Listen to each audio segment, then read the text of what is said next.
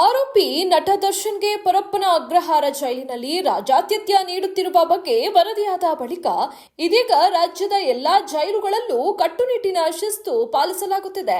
ಶಿವಮೊಗ್ಗ ಕೇಂದ್ರ ಕಾರಾಗೃಹದಲ್ಲಿ ಕೈದಿಗಳು ಪ್ರತಿಭಟನೆ ನಡೆಸಿದ್ದಾರೆ. ಬೀಡಿ ಸಿಗುತ್ತಿಲ್ಲ ಎಂದು ಕೈದಿಗಳು ಪಟ್ಟು ಹಿಡಿದಿದ್ದಾರೆ. ಇರಾನ್ ಅಧ್ಯಕ್ಷ ಇಬ್ರಾಹಿಂ ರೈಸಿ ಅವರ ಸಾವಿಗೆ ಕಾರಣವಾದ ಮೇ ತಿಂಗಳ ಹೆಲಿಕಾಪ್ಟರ್ ಅಪಘಾತದ ಬಗ್ಗೆ ಅಂತಿಮ ತನಿಖೆ ನಡೆಸಿದಾಗ ಕೆಟ್ಟ ಹವಾಮಾನದಿಂದ ಸಂಭವಿಸಿದೆ ಎಂದು ಪ್ರಕರಣ ತನಿಖೆ ನಡೆಸುತ್ತಿರುವ ಸಂಸ್ಥೆ ಭಾನುವಾರ ತಿಳಿಸಿದೆ. 63 ವರ್ಷದ ರೈಸಿ ಮತ್ತು ಅವರ ಸಂಪುಟ ಸಹೋದ್ಯೋಗಿಗಳನ್ನು ಹೊತ್ತ ಹೆಲಿಕಾಪ್ಟರ್ ಉತ್ತರ ಇರಾನ್ನ ಮಂಜಿನಿಂದ ಆವೃತವಾದ ಪರ್ವತದ ಮೇಲೆ ಬಿದ್ದು ಅಧ್ಯಕ್ಷ ಮತ್ತು ಇತರ 7 ಮಂದಿ ಸಾವನ್ನಪ್ಪಿದ್ರು. ಅಮೃತಸರ ಸಮೀಪದ ಬಾಡಿಗೆ ಮನೆಯೊಂದರಲ್ಲಿ ನಡೆಸುತ್ತಿದ್ದ ಅಕ್ರಮ ಪಟಾಕಿ ಘಟಕದಲ್ಲಿ ಸ್ಫೋಟ ಸಂಭವಿಸಿದ್ದು 7 ಜನರು ಗಾಯಗೊಂಡಿದ್ದಾರೆ ಎಂದು ಪೊಲೀಸರು ಸೋಮವಾರ ತಿಳಿಸಿದ್ದಾರೆ.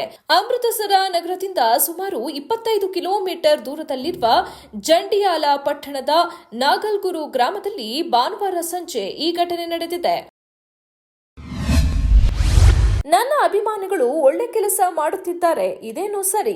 ಆದರೆ ಅಭಿಮಾನಿಗಳು ನನ್ನಿಂದಲೇ ಒಳ್ಳೆ ಕೆಲಸ ಮಾಡುತ್ತಿದ್ದಾರೆ ಅಂದ್ರೆ ತಪ್ಪಾಗುತ್ತೆ.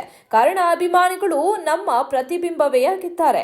ಆದರೆ ಅವರು ಒಳ್ಳೆಯವರೇ ಆಗಿದ್ದಾರೆ. ನಾನು ತಲೆ ಎತ್ತಿಕೊಂಡು ಓಡಾಡ್ತಿದ್ದೇನೆ ಅಂದ್ರೆ ಅದಕ್ಕೆ ಕಾರಣ ಅಭಿಮಾನಿಗಳು ಎಂದಿದ್ದಾರೆ.